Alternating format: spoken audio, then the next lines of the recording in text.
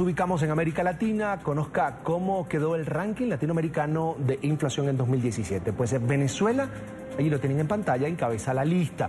En este país la inflación cerró en, escuche bien, 2.616%, según datos que reveló la Asamblea Nacional ante la ausencia de información sobre estos indicadores por parte del Banco Central. Luego le sigue Argentina, donde la inflación se ubicó en 24,5%, según el Congreso. El índice estuvo impulsado principalmente por los aumentos en el rubro vivienda y servicios básicos, las tarifas de luz y gas, transporte y comunicaciones. En el tercer lugar de la lista se encuentra México, que registró su nivel más elevado desde el 2000 al cerrar el 2017 con un 6,77%, un resultado motivado por el alza en el precio de los combustibles, así lo informó el Instituto Nacional de Estadística y Geografía. Está con nosotros a esta hora el economista Alejandro Chafuen, además el director gerente del Instituto Acton y fundador y presidente de Hacer.org. Señor Chafuen, una muy buena tarde, gracias por atendernos. Buenas tardes, Carlos Eduardo. ¿Tiene algún comentario, explicación, análisis sobre los de Venezuela que es realmente alarmante? Mira, muchos de estos datos correlacionan con lo que es el Estado de Derecho. No hay mecanismo que correlaciona tanto con la corrupción como que es la inflación. Fíjate tú que todos de los países que tienen menos inflación, viste, como Chile y también Costa Rica, son países que tienen muy buen Estado de Derecho. No es totalmente perfecta la correlación, pero los países como Venezuela y Argentina son países donde el gasto de gobierno aumentó en forma estratosférica por el populismo que reina más en Venezuela que en Argentina. En Argentina están en forma muy gradual tratando de revertir rumbo, pero emitir moneda, que es lo que produce la inflación. Un profesor mío de economía en Argentina decía que es mentir sabiendo que se miente y robar sabiendo que se roba. Pero los gobiernos, cuando no le cierran las cuentas, imprimen moneda y de esa forma le sacan a la gente plata de su bolsillo. Ahora, doctor Chafuen, ¿qué tan difícil, qué tan cuesta arriba es enfrentar ese número, ese porcentaje, 2.616% de inflación? ¿Qué tan cuesta arriba la tiene el gobierno de Nicolás Maduro? Bueno, obviamente lo que hace la gente es usa otro tipo de monedas o medios de intercambio, porque es prácticamente imposible operar en la moneda local.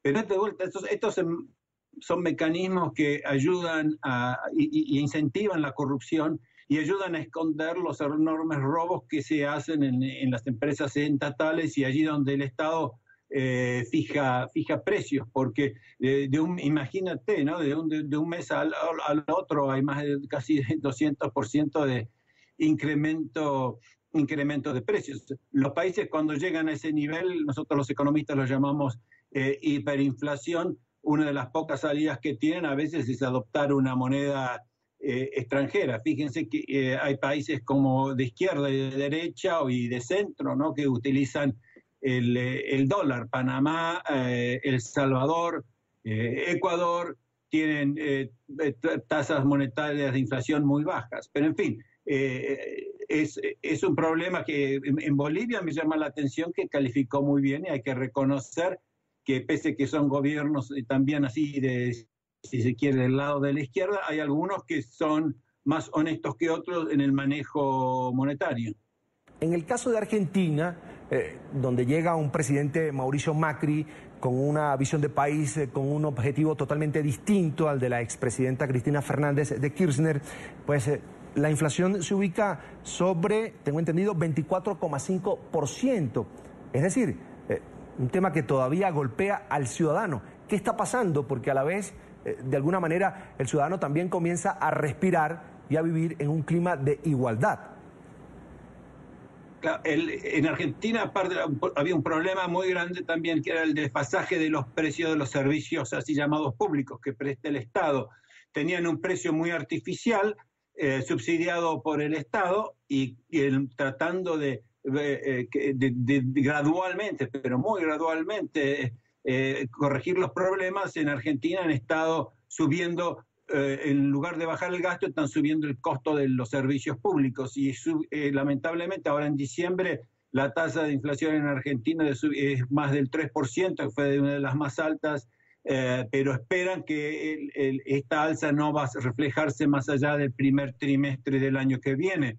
Así que es una falta de conocimiento. Hay mucha gente que piensa que es muy doloroso parar la inflación de un día para el otro, pero en estos países de hiperinflación, así como pasó con la gran inflación alemana, prácticamente la única forma de pararla es con un shock fuerte de baja de gastos, pero también baja de impuestos, y darle optimismo a la gente de que de aquí en más va a haber moneda sana. De vuelta, no es nada que está en la sangre latinoamericana. De vuelta, no hay países que no tienen inflación porque han dejado de hacer política monetaria, porque la política monetaria es la de Estados Unidos, que provee el dólar. Y el Ecuador es un país de izquierda, El Salvador más o menos también, Panamá es un país de centro, y no tienen este problema de inflación. Así que la población tiene un problema menos. Pero de vuelta, hay mucha economía que se enseña muy mal en Latinoamérica, y lamentablemente creo que Argentina es uno de esos países donde falta más enseñanza económica en estos temas. Por ahora, doctor Chafuen, dejemos Argentina, vamos a México, que aparece en la tercera posición de este ranking latinoamericano, con una inflación de 6,77%. Es la duplicación en comparación con el 2016. Sin embargo, México tiene la particularidad de que creció sobre 2%, es decir, pudo soportar los embates de situaciones complicadas. Sí, y también México tenía un presidente del Banco Central que ahora se fue a Europa, Carsten, que es muy capaz, pero a veces las presiones económicas, políticas son tal que los presidentes de los bancos centrales no se animan a tomar las medidas serias que tienen que tomar. El gobierno de México hay muchos indicadores que no le están dando bien, y hacen todo lo posible para que el candidato del PRI, que va a suceder a Enrique Peña Nieto, sea el ganador. Entonces, cuando se enfrentan a algunos problemas económicos y después, al mismo tiempo, una campaña política importante para los que están en el poder, el Banco Central no hace las cosas a tiempo, ¿no? Que en este caso sería tratar de emitir menos moneda. Acaba de iniciar, doctor Chafuen, un año, y quería preguntarle de qué va a depender en Latinoamérica la estabilidad y el crecimiento económico.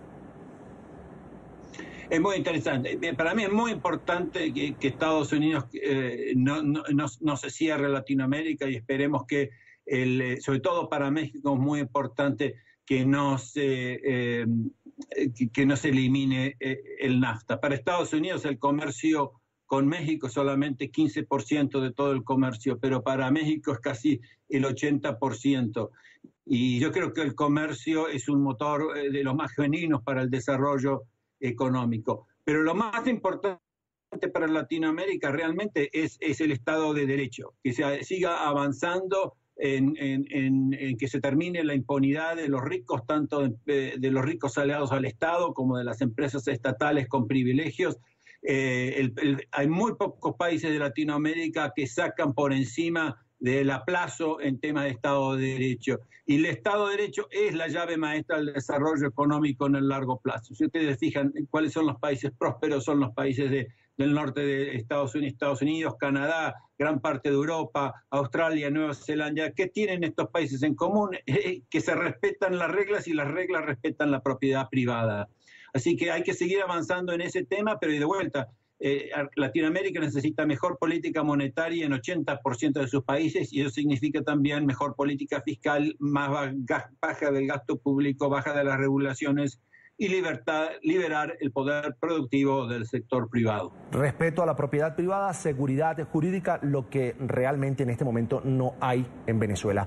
Es el economista Alejandro Chafuen, director gerente del Instituto Acton y además fundador y presidente de Hacer.org. Gracias por estar con nosotros, fue un gusto.